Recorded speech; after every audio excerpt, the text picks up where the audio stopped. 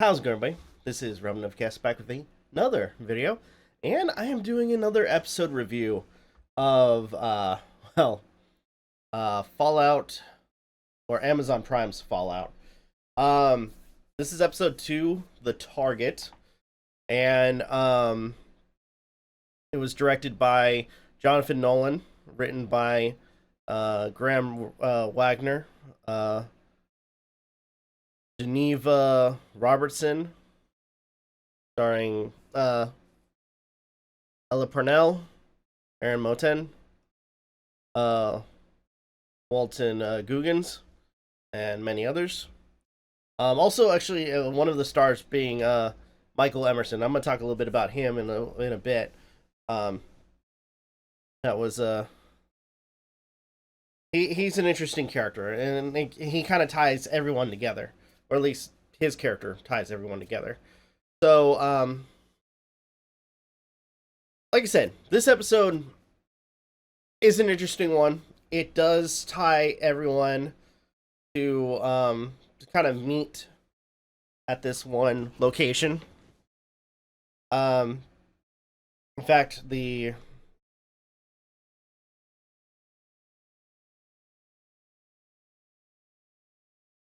I guess the description, I'm looking at IMDb. The description is, "I know life can't have been easy up here." Um, this episode like really ties the characters together, or at least has them interact for the first time, one on one. We get a little bit of the ghoul towards the end, but we mainly focus on Lucy and Maximus, as well as kind of giving glimpses of the Doctor, who I will say, I'm kind of gives you an air of mystery to him, and I will explain that in the spoiler section. With this episode, it was it had, it's good moments, funny moments. Towards the end, it's very brutal moments in terms of its brutality and like fighting. Um, there is a really good combat scene towards the end of the episode, and um, with everything going on, it's it just it like I said, in some sense it starts tying everything together, or at least kind of having our main trio kind of interact. The Ghoul, Lucy, and Maximus. Both or all of them basically at the same location for different reasons. Well, at least two of them are for the same reason. One of them isn't, but their goals do end up kind of aligning in a way when Lucy starts getting involved. Um, this episode was, I will say, really good. Had a lot of good moments. Which again, we will talk about in the spoiler section. And above all, no, I would say, I would say, if there's one thing, I want to talk about, it's the combat that we see, like some of the action stuff. It looks pretty cool. And it is, I would say, it made me feel like I was back playing Fallout again. It was that good. So, all in all, I don't. There's not much I can really talk about with this episode besides, like, going into spoilers. Um. So I think what I'm gonna do is, for now, at least, because again, there's not much I can really discuss. Um, I think what I'm gonna do is give my final rating for this episode, and honestly, I enjoyed it, especially towards the very end, the where everything gets freaking crazy. So I think I'm gonna go ahead and give this, like, positive rating. This was good. This was really good. Um, and it kind of makes me wonder what's going to happen next. Um, especially towards the end. So, all right. With that, I'm gonna go ahead and get into the spoiler section. This is gonna be interesting. This is gonna be very, very interesting.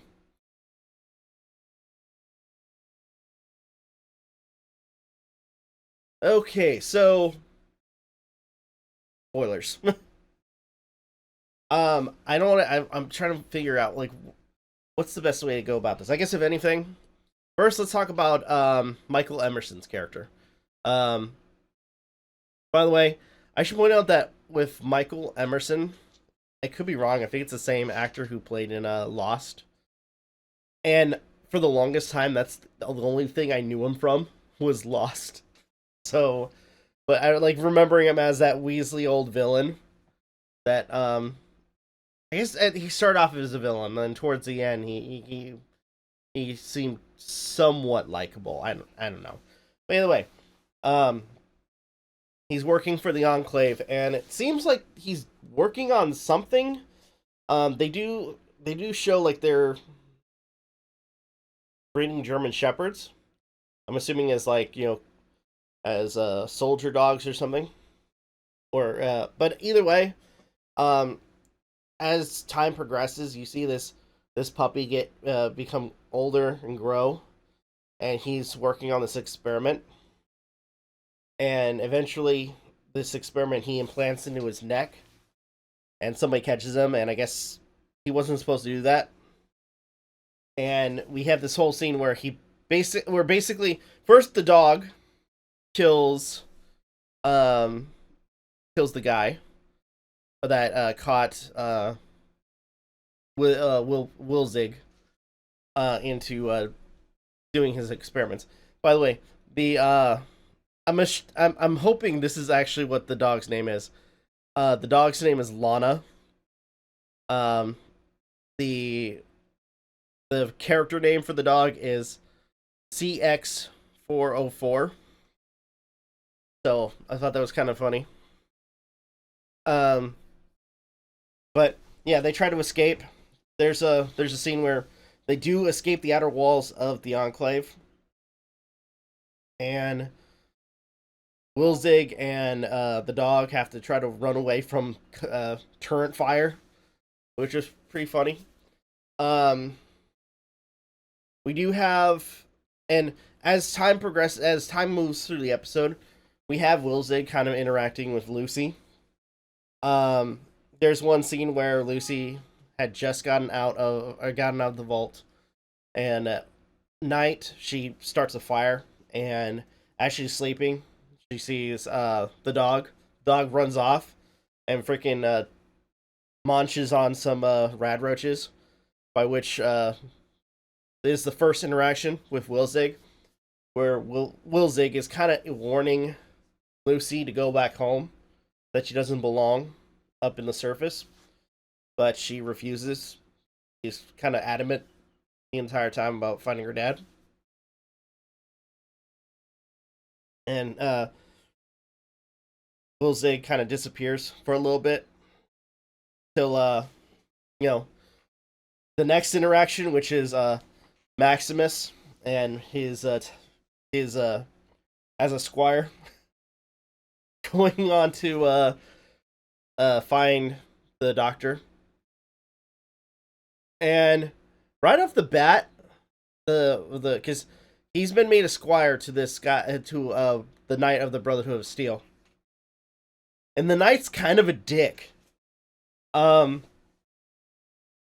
I'm hoping they could draw attention to it towards the later episodes, because like right off the since the first episode, even before after Maximus's friend got hurt, everybody's kind of a dick to this dude.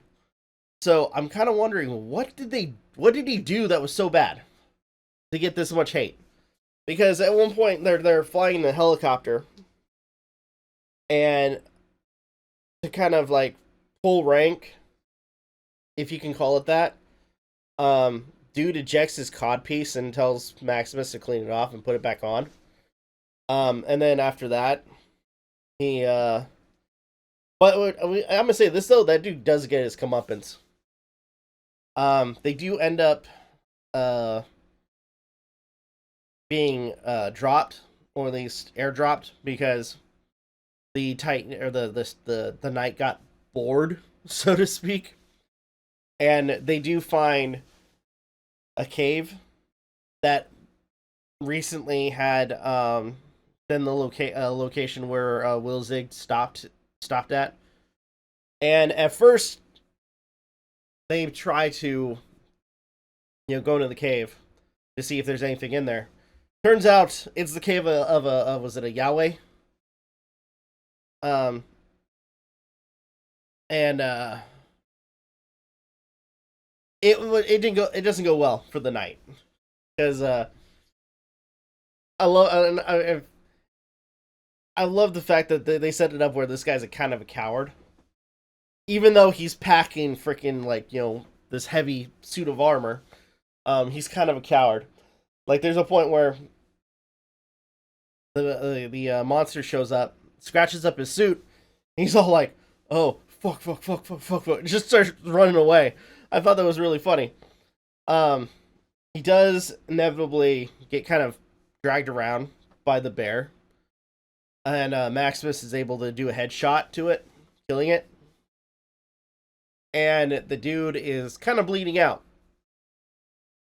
Maximus is about to give him a stim pack, but this guy, by the name of Knight Titus, starts running in his mouth. And Maximus gets in his head, if honestly, especially with how he's acting, he's like, dude, you don't deserve that armor. And instead of giving him the stim pack and healing him, he just lets him die. I'm like, dude, this guy is freaking cold as shit. And I love the fact that the dude's like, dude, you know what they're gonna do to you? They're gonna kill you. And Maximus just says flat out, not if I bring back the target. So, there we go. Maximus gets a new suit of power armor. And I love that they had a little moment where he's a little kind of playing with it. Like, kind of getting adjusted to it. That was a good scene. And he ends up coming across two men. One of them was a farmer. The other is a snake. Oil snake or snake oil salesman. Who apparently fucks chickens, which is why the guys were fighting to begin with. And that was that was a scene. So, going further, Lucy manages to reach a town that she was directed to by a farmer. Which, by the way, another fun interaction where you have this farmer who can't get his stuff to work, and he drinks all of Lucy's water, and then like tries to goat her into staying with him, and she's like, "No, I'm good, I'm good, I'm good." But he does direct her to the nearest town, and she goes and she ends up finding a store that sells Vault-Tec stuff.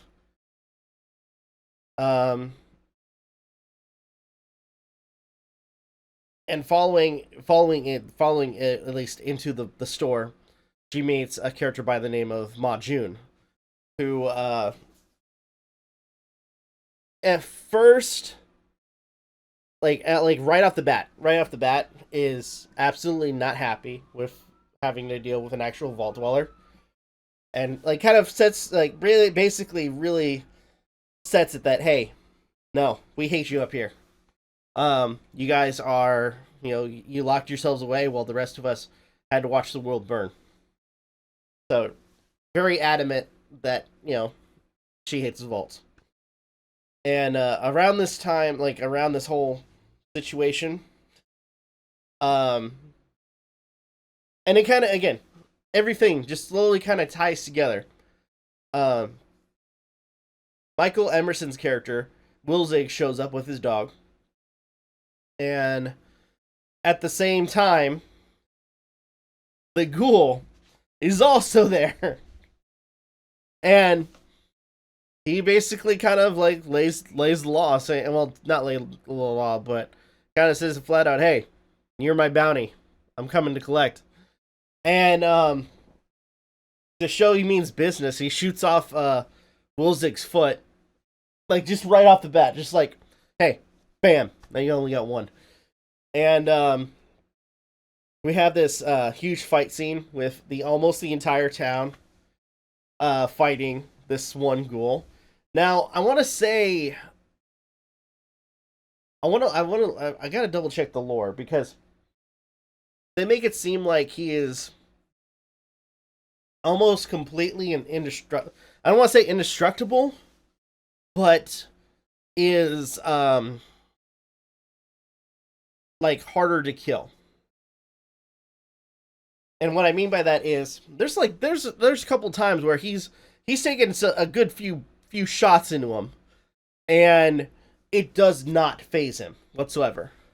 Like, there's a point where, like, he grabbed a few like cherry tomatoes, starts eating them. As he's walking around, he's getting shot, and he has this one guy behind a booth bleeding from his neck because he got shot in the neck. And he's like, "Hey, you want one of these?" "Hey, I give you one of these, cherry tomatoes, but you got a hole in your neck." And the dude just flat out just dies. And there's a point where, with everything going on, Lucy's trying to get some information about Modaver, who, by the way, we found out that Majun does business with. And at first she's thinking of just grabbing what she needs and goes, but she proceeds to try to get involved.